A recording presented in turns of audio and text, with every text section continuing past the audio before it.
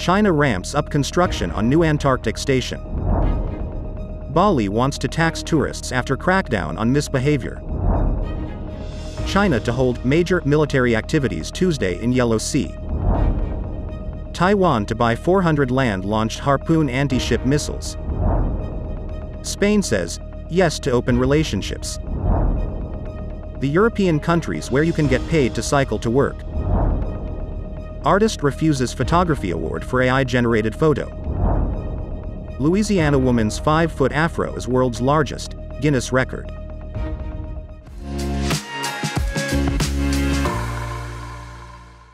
Hello, I'm Wade Lee. Thank you for joining us on Funday News. It is Wednesday, April 19th, and here are your top stories. New satellite imagery collected by a Washington-based think tank, the Center for Strategic and International Studies, shows the construction of a new Chinese station on inaccessible island near the Ross Sea has been resumed and is expected to include an observatory with a satellite ground station. CSIS used satellite imagery taken in January to identify new support facilities, temporary buildings, a helicopter pad, and foundations for a larger main building at the 5,000 square meter station. CSIS estimated that construction could be done by 2024. It said the station is well positioned to collect signals intelligence over Australia and New Zealand and telemetry data on rockets launched from Australia's new Arnhem Space Centre. Under the 1959 Antarctic Treaty, to which China is a party, activities on the continent are restricted to peaceful purposes. Military personnel are allowed to conduct scientific research, but are banned from setting up bases, carrying out maneuvers, or testing weapons. Indonesia is considering a tourism levy for visitors to Bali, adding another potential hurdle for holidaymakers after the island crackdown on traffic and visa breaches. The tax would raise funds for conservation projects, including mangrove and coral reef replanting, to ensure visitors would have a positive impact on the local environment. Indonesian Tourism Minister Sandiaga Uno said late Monday that the timing and magnitude of the tax is still under discussion. An official said Indonesia is looking to Thailand's example as a guide. From June, travelers flying into Thailand will need to pay 300 baht, $8.90, for each trip, and those entering the Southeast Asian nation through its land borders and seaports will be levied 150 baht each. Dozens of tourists have been deported from Bali in the last few weeks as the government steps up law enforcement against foreigners who misuse their visas to work onshore, break traffic rules, and violate religious sites. The Chinese military plans to conduct major military activities in the Yellow Sea Tuesday. China's Maritime Safety Administration said the exercises will take place from 9 a.m. to noon Tuesday. The agency warned mariners against entering waters off the coast of Shandong province, an area that is the site of frequent military drills and well away from the territory of U.S. regional security partners. The country's maritime agency announced without elaborating on the nature of the plans. China has ramped up military and aerospace activities off its coast in recent days amid simmering tensions with Taiwan and the U.S. In addition, China declared an area north of the democratically run island off limits Sunday due to what it said was the risk of falling debris from the launch of a weather satellite. The Taipei Times reported that the Indonesian government has drawn up a contingency plan to evacuate Indonesians in Taiwan amid rising concern over tensions across the Taiwan Strait. Bloomberg reported that according to a trade group's leader and people familiar with the issue, Taiwan will buy as many as 400 land-launched Harpoon missiles. On April 7th, the Pentagon announced the $1.7 billion contract with Boeing but made no mention of Taiwan as the purchaser. A Defense Department spokesperson declined to say whether Taiwan will be the recipient of the Harpoon missile, but said, "We will continue to work with the industry to provide Taiwan defense equipment in a timely manner." Bloomberg said members of Congress have cited the Harpoon contract as being part of as much $19 billion in backlogged arms sales to Taiwan that must be accelerated. In addition to the Harpoon, the list includes arms such as the F-16 Block 70 fighter, the Mk-48 torpedo, the M109A6 Paladin self-propelled howitzer, and the Stinger missile. The backlogged arms, and the Harpoon sale, are likely to be discussed at a hearing of the House Armed Service Committee focusing on the Indo-Pacific on Tuesday.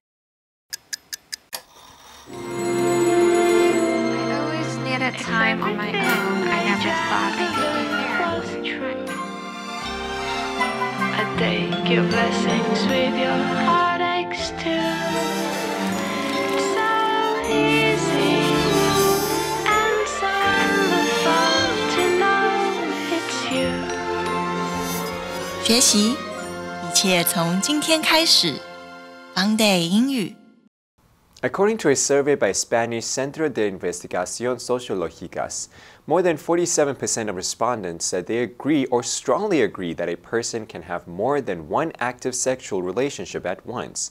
The poll also found more than 41% of Spaniards saying that partners can have sex with other people outside their relationship without getting romantically involved with them. The survey also found that the country that brought us Don Juan still has a strong belief in the power of love. According to the survey, almost 70% of respondents agree that true love can conquer all, and another 80% said that if someone is truly in love with their partner, they will be faithful forever. To top it all off, the vast majority of Spanish people don't mind if their partner is less attractive, less educated, or earns less money than them. The CIS survey also found just over 41% rated their family life satisfaction a 10 out of 10, compared to 31% complete satisfaction with their friendships and 37% with their partner. Since 2006, businesses in the Netherlands have rewarded bike riding commuters 19 cents euro per kilometer, an expenditure the government allows participants to deduct from their tax bill.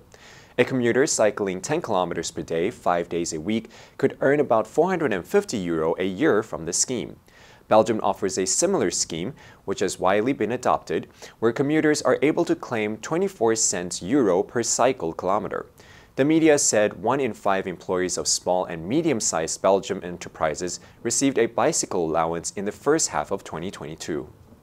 French commuters can claim up to 25 cents per kilometer when they cycle to work, with a yearly cap of around 200 euros. In Italy, access to cycle-to-work schemes depends on where you live, as incentives vary widely depending on the area or province.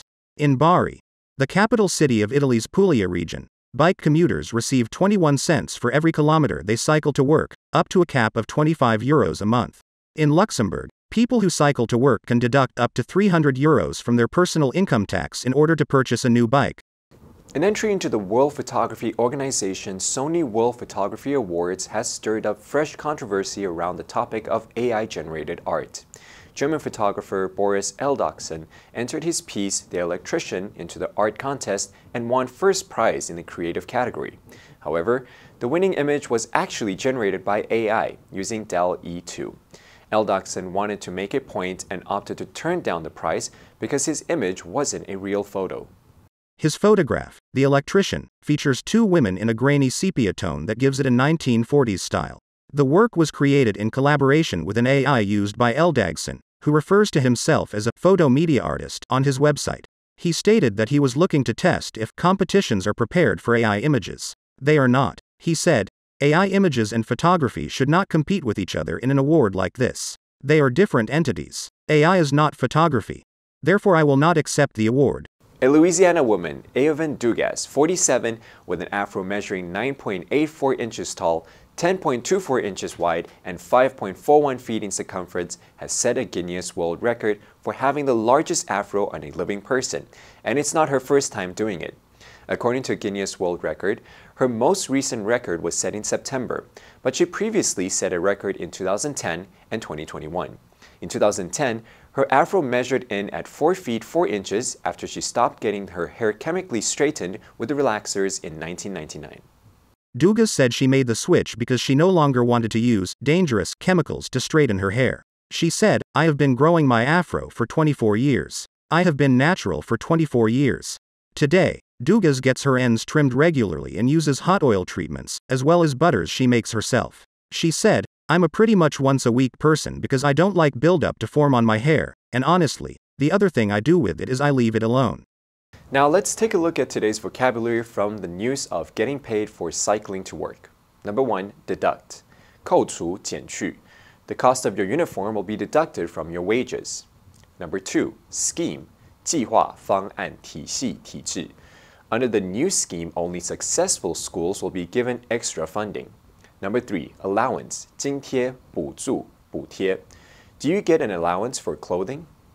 And that's all for today's news. Be sure to tune in to Funday News from Monday to Friday and click the link below now to join Funday for free. I'm Wade Lee, your host. I'll see you next time.